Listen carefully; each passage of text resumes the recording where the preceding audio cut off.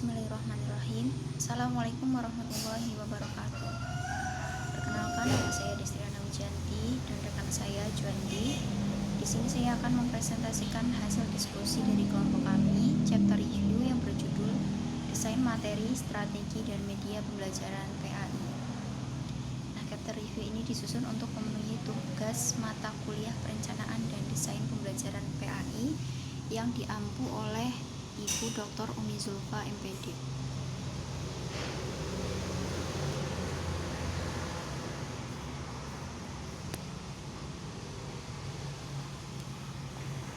Pendahuluan. Chapter review adalah mereview bab dari suatu buku yang bertujuan untuk mengetahui intisari dari materi yang dijelaskan pada bab tersebut. Identifikasi bab. Buku yang pertama, penulis Rudi Ahmad Suryadi dan Amislani Muslih, judul Desain Perencanaan dan Pembelajaran, tahun publikasi bulan Juli pada tahun 2019. Informasi penting, pembelajaran merupakan salah satu kegiatan dalam proses pendidikan. Pelaksanaannya melibatkan komponen-komponen penting seperti guru, peserta didik, interaksi, bahan, metode, juga penilaian. Pembelajaran sangat bersentuhan dengan operasionalisasi standar proses pembelajaran. Ketercapaian standar kompetensi kelulusan dan kompetensi ini, terutama pada implementasi kurikulum 2013, sangat tergantung pada pelaksanaan standar proses. Buku B. Penulis Dr. Rusdi Ananda MPD, judul Perencanaan Pembelajaran, tahun publikasi Februari pada tahun 2019. Informasi penting, materi pembelajaran adalah segala sesuatu yang menjadi isi kurikulum yang harus dikuasai sistem siswa sesuai dengan kompetensi dasar dalam rangka pencapaian standar kompetensi setiap mata pelajaran dalam satuan pendidikan tertentu. Dalam konteks tertentu, materi pelajaran merupakan inti dalam proses pembelajaran. Nah, artinya, sering terjadi proses pembelajaran diartikan sebagai proses penyampaian materi. Hal ini dibenarkan manakala tujuan utama pembelajaran adalah penguasaan materi pembelajaran.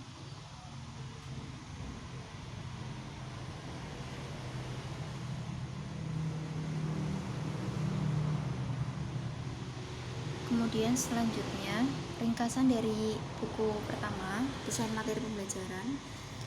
Pembelajaran merupakan salah satu kegiatan dalam proses pendidikan. Pelaksanaannya melibatkan komponen-komponen penting seperti guru, peserta didik, interaksi, bahan, metode, juga penilaian.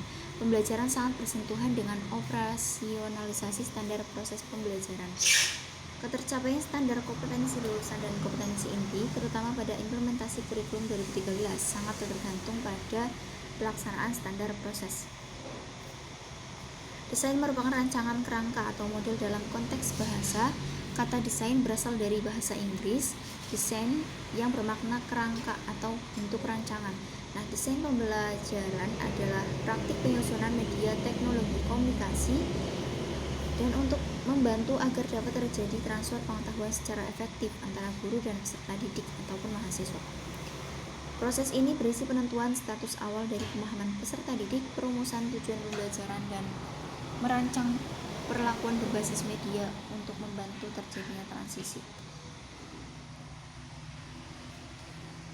Idealnya, proses ini berdasar pada informasi dari teori belajar yang sudah teruji secara pedagogis dan dapat terjadi hanya pada siswa yang dipandu oleh guru atau dalam latar berbasis komunis.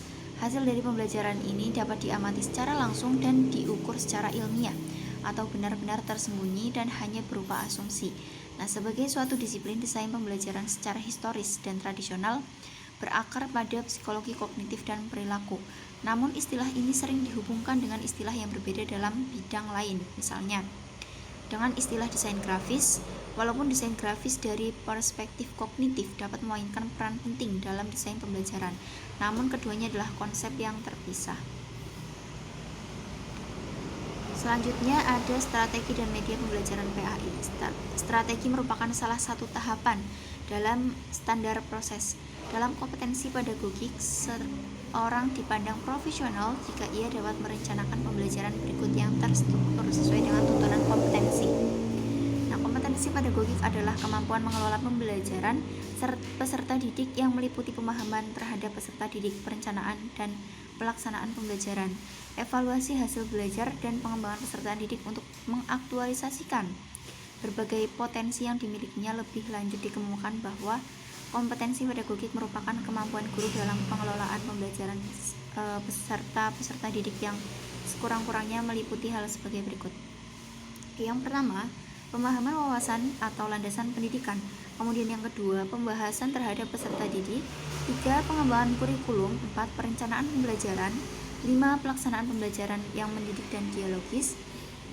6. Pemanfaatan teknologi pembelajaran. 7. Evaluasi hasil belajar. 8. Pengembangan peserta didik untuk mengaktualisasikan berbagai potensi yang dimilikinya.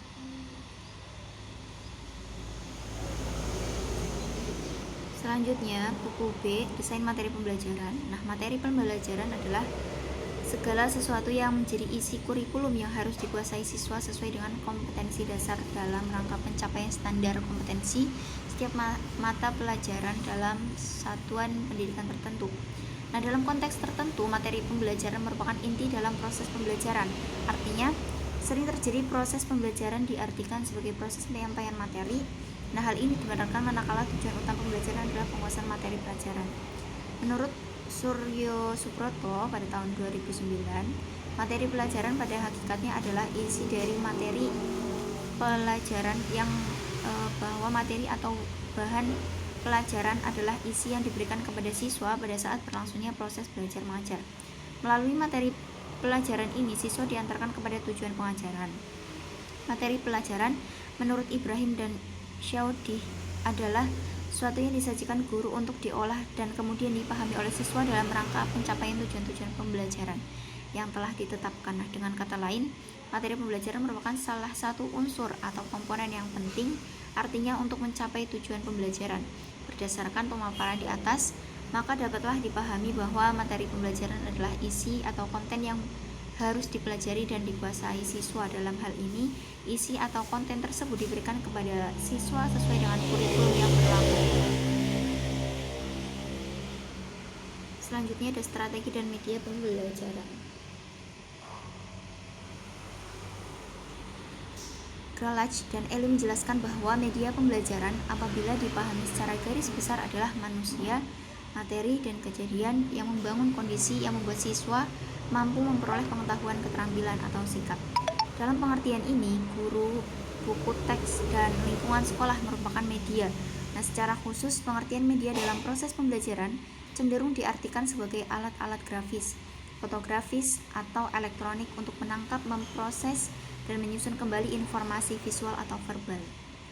Rossi dan Bridle memaparkan media pembelajaran adalah bahan yang dapat dipakai untuk tujuan pendidikan seperti radio, televisi, buku, koran, majalah, dan lain sebagainya.